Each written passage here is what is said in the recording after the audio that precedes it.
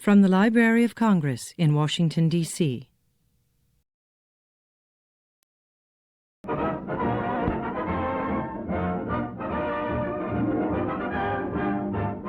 All American News brings you our people's contribution to America and freedom.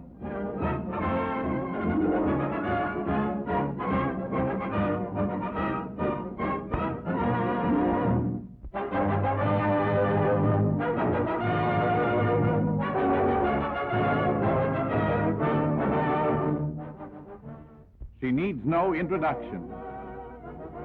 The ever-present autograph seeker, and Mary McLeod Bethune is gracious.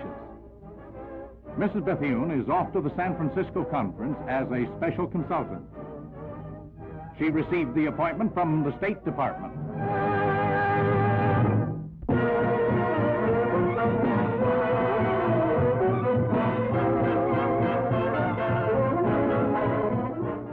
Congressman Powell of New York is on hand to learn what child wins the popularity contest conducted by the Harlem Boys Club. In vying for honors, many of the youngsters dressed in novel costumes and demonstrated their special talent. The contest caught the fancy of the kids and their parents, so it will be an annual event. Among the winners, a close haircut for the occasion, a junior glamour girl. There were lots of prize winners, and each received a war bond.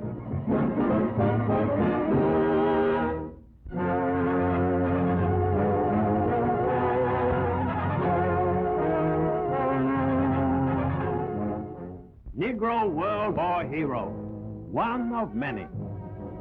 Funeral rites for Captain Wendell O. Pruitt, 24-year-old St. Louis veteran of World War II. A fighter pilot, he was credited with 70 combat missions over Europe, during which he shot down 3 enemy planes and destroyed 8 others on the ground, and helped sink a German destroyer.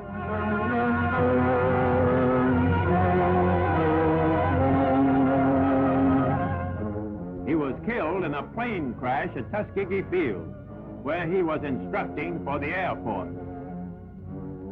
He received the Distinguished Flying Cross and other citations.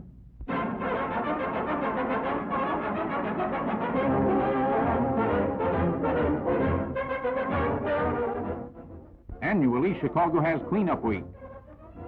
Wendell Phillips School forms a broom brigade. The Association of Commerce and city authorities sponsor the cleanup drive, with school children dismissed for a full week, helping with the work.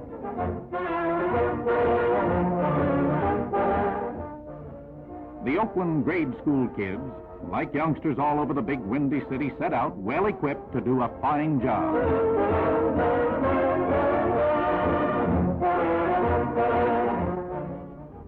Not even time to whistle while they work. Where does all the paper come from? We know where it'll go, into the paper salvage. The disabled crew sets out to take over its share.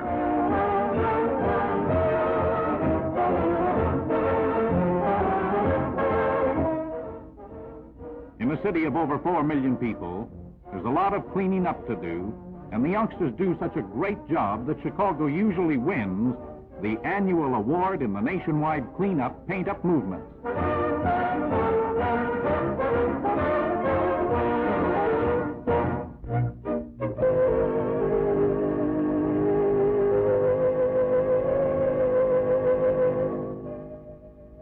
At Norfolk, Virginia, impressive ceremonies take place at Christ and St. Luke's Protestant Episcopal Church as the Reverend David Washington Harris is elevated to the bishopric of Liberia, thus becoming that denomination's only Negro bishop in active service.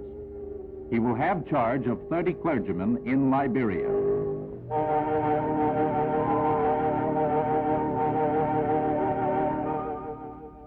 Music was rendered by the choir of St. Paul Polytechnic Institute of Lawrenceville, Virginia, an Episcopal Church school. The of faith came from various parts of the nation to attend the ceremonies. The Reverend Harris, soon to be a bishop. Other clerics who will take part in the elaborate ritual.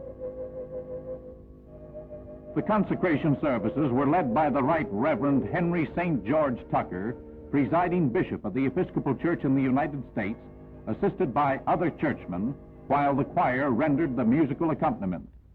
The new bishop is a native of Warrenton, North Carolina, and was rector of Grace Church in Norfolk for 20 years prior to 1944, when he joined the church's National Council in New York as educational secretary in its Negro field of work.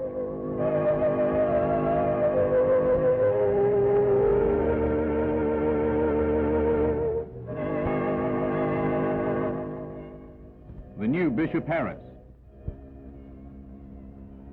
Fellow clergymen wish him well as he prepares to leave for distant Liberia.